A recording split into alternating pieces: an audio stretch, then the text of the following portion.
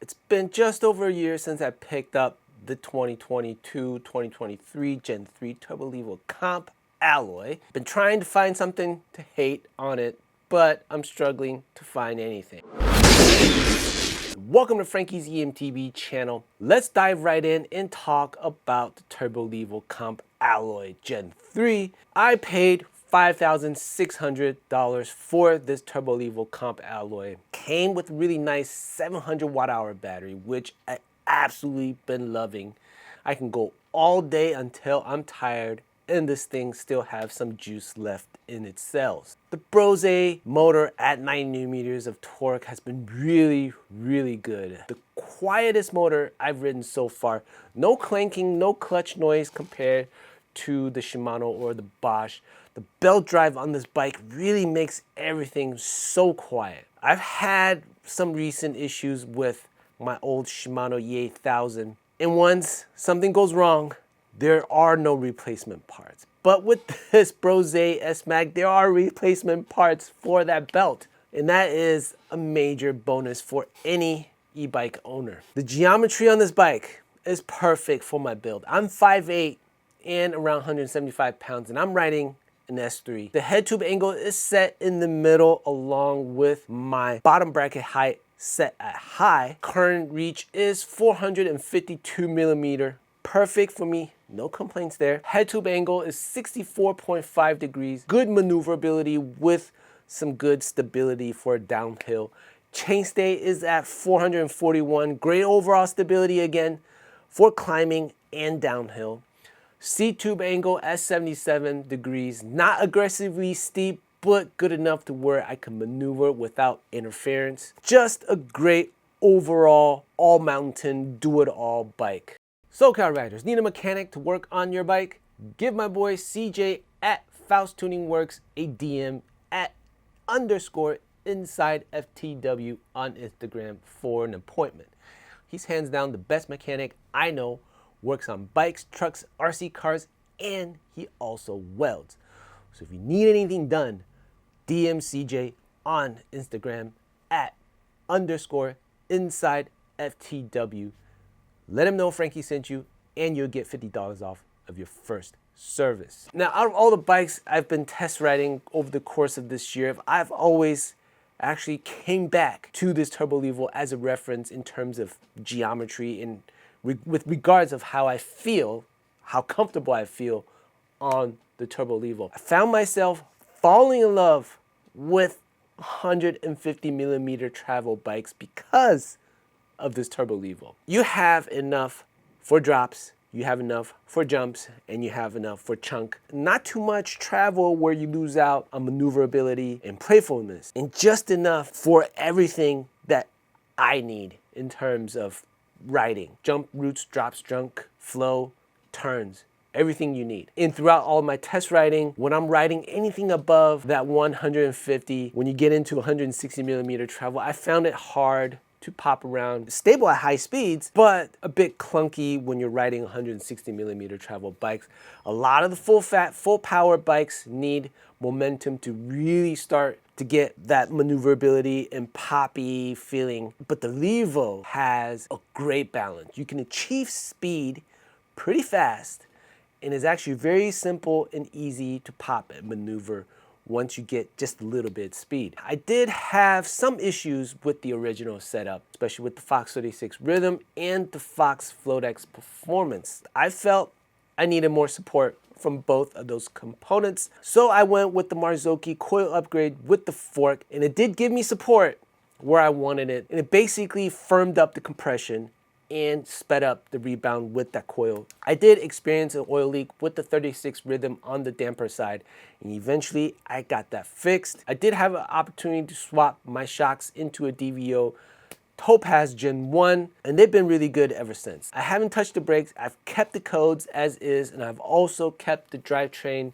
with the traditional wired GX. Both are still working perfectly. Wheels, unfortunately, I dented the stock wheels just a few rides in, and I picked up the Spank Vibocore wheels. They've been extremely solid. Very muted sounds coming from the wheels. Even when you're casing it, you can hardly hear the wheels go thunk.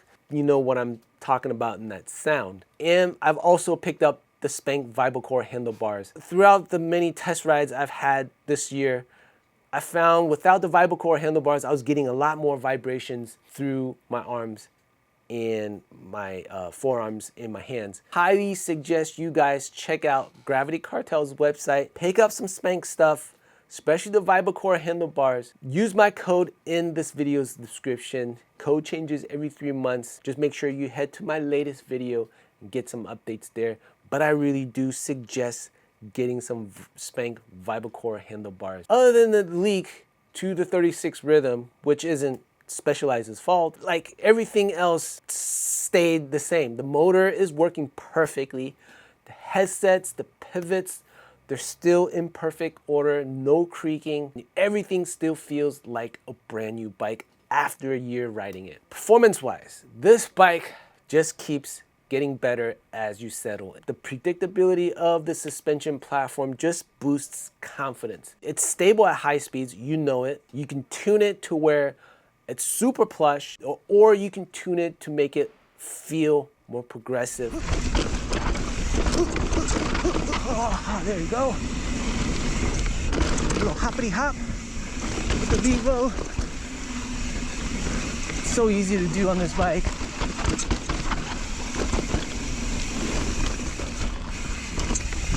Drop. Very easy to control this bike right here. The Codars are still going strong if you know how to use them. I've been used to it. Hop. Turn. I mean, you can pop, jib, jump, blast corners, and then it's like once you start riding the Levo and once you get a sense in the cockpit and what you can do to the suspension, you get a true sense that this bike is that do-it-all, all-purpose mountain bike. Woo!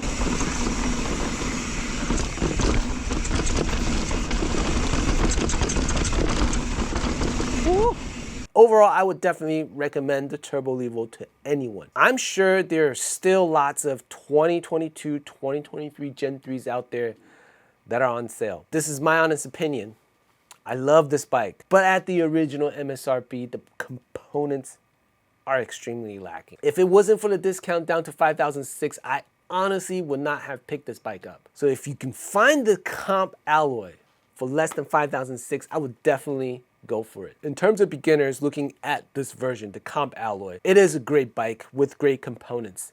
The price may be a little bit steep. There's so many other great options out there right now. If you're just riding greens to blues to occasional black trails, this version of the bike, the comp alloy, I believe is a bit of overkill. But if you do plan on taking your skills to the next level and start jumping, dropping, chunky, steep, I think the comp is a good bike to invest in. Intermediate riders, the Fox 36 rhythm is going to feel a bit inadequate once you start going faster. You can still rip with the rhythm fork, but after a while, you're gonna find it not being enough.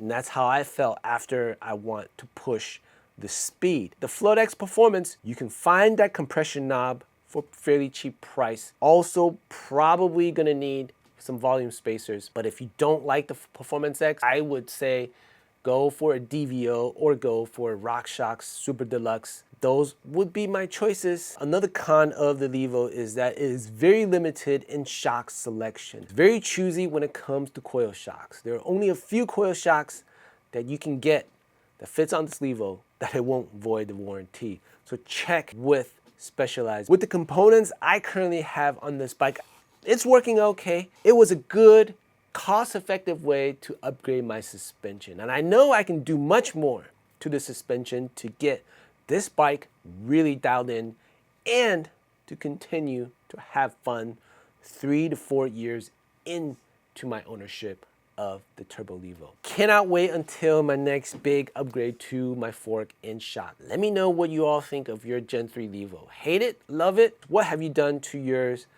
Love to hear all that in this comment section. Remember guys, support my channel. Use my affiliate links in my video's description to purchase your mountain bike components, gear, accessory, or if you want to pick up a new eMTB, also use my affiliate links. Join my Patreon page and get a direct chat to the Patreon app. It's only $3 a month and you get to know what I'm working on and my genuine thoughts on e-bikes and just chit chat. Don't forget to like and subscribe. See you on the next one. As always, stay electric. Peace.